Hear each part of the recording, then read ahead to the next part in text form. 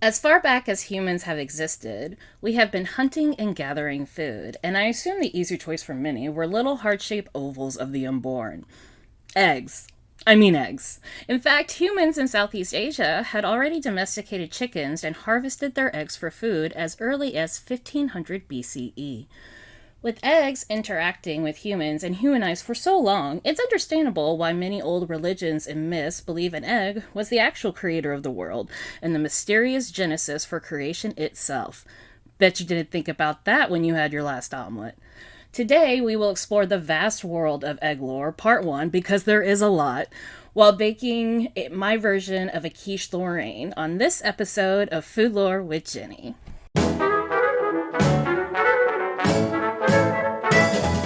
Hello everyone, welcome to my channel. So happy you are here to join me today. My name is Jenny, and I like to cook dishes related to myths, legends, old wives' tales, and more, all about food, with a few fun facts sprinkled around as well. So if this interests you, please hit the subscribe button, give this video a like, or leave a comment below. I appreciate it so much. And for this one, we are going to make a quiche, or what I like to call an egg pie. So my kids will eat it. First of all, let's get our ingredients together. We are going to need one 10-inch pie crust. You can either use a regular pie crust or a graham cracker one, and a pre-made is just fine. You don't need to be a hero, you're just trying to make dinner. 7 slices of bacon cut into 2-inch chunks. 1 large shallot minced. 4 large eggs. 1.5 cups of half and half. 1 cup of gruyere cheese, patted down a little bit. 1/2 cup of parmesan, also patted down a bit. 1/2 teaspoon of allspice. 1/4 teaspoon of paprika. 1 pinch of cayenne pepper, 2 if you're feeling feisty. 1 teaspoon of fresh black pepper. 1/4 teaspoon of salt, and some optional chopped parsley for a garnish. To make the quiche, first set your oven to 375 degrees Fahrenheit. Put a skillet or pan on your toast top and set the temperature to medium. Put in your bacon and cook until crispy. Then remove them and put on a paper towel lined plate to dry. Leave the bacon grease in the pan, lower the heat, and add the shallots. Cook the shallots until translucent while stirring frequently. Be careful, the shallots can burn really quickly. Once they are cooked, remove from the skillet and put aside. In a separate bowl, whisk together the eggs, half and half, salt, pepper, allspice, paprika, and cayenne, then set aside as well. Take your pie crust and sprinkle the gruyere, half of the parmesan, bacon, and shallots evenly in it. Then slowly pour the egg mixture into the pie crust until full, ensuring it doesn't reach the rim. Place the rest of the parmesan on top. Then place the quiche in the oven and cook it for about 40 to 50 minutes. I like to place a sheet tray under the quiche just in case of any overflow drippings. Now that that's cooking, let's talk about some egg lore. It is easy to see why many believe the sight of a bird hatching caused the humble egg to be seen as a symbol of world creation. It is a concept that has existed for hundreds of thousands of years and is found in many different early belief systems, including Egyptian, Finnish, Slavic, Polynesian, Japanese, Persian, and more. This is known as the cosmic egg, the world egg, or the Orphic egg. While it differs from religion to religion, the central concept of the cosmic egg is that an egg comes from some sort of primordial waters out of complete darkness, or sometimes both. Then the egg hatches, creating life itself, or the gods and goddesses that make the universe. The oldest of these was found in, you guessed it, ancient Egypt.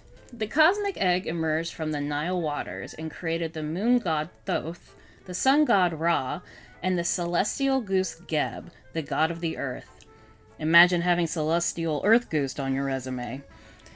Ancient Egyptian lore also includes a story of how Khnum, the god of fertility, created the world egg on his potter's wheel, which I assume was really, really big.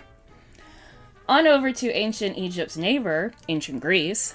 Thanes, the primal deity of light and goodness, who gave birth to the universe, was said to have been born from a snake-entwined Orphic egg.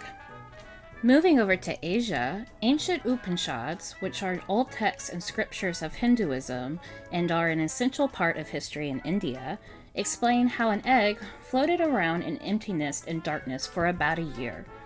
Then the egg broke into two halves, forming Brahma, the god of creation, and with it, the land, sea, other deities, and people. Further into East Asia, Chinese mythos explains that at the very beginning, the empty world fused for 18,000 years into an egg. Within it, the harmonious balance of yin and yang came forward, along with Panku, the primordial being who separated the heavens and the earth. Japan also has a creation story that begins with the world as a chaotic formless mass. Then, an unknown sound filled the void, which formed particles of an egg. The lighter pieces floated up, creating heaven, while the heavier pieces merged into the earth below. The Oceania regions had many origin stories involving eggs as well. In Fijian and ancient Hawaiian beliefs, the eggs were cared for by a divine bird or being, and their many islands were hatched from the eggs.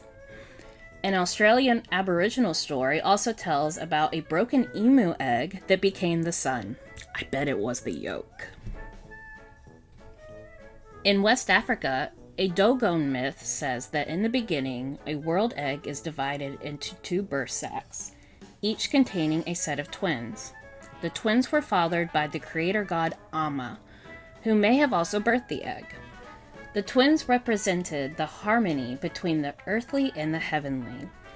In Central and Southern Africa, Bantu belief states that the world was formed from two eggshells. The upper part of the shell became heaven, with the high god ruling over it, while the lower shell became the earth and its first mother. From both halves developed the sun, stars, trees, and animals. So the next time you go to crack an egg for your morning breakfast, have some respect. There could be a god in there.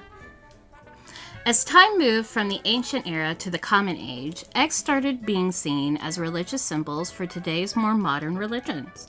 In the early 8th century, English scholar and monk Bede wrote about Anglo-Saxon pagans celebrating Oster, the Germanic goddess of spring, and all things associated with spring, like flowers, fairies, bunnies, and of course, eggs.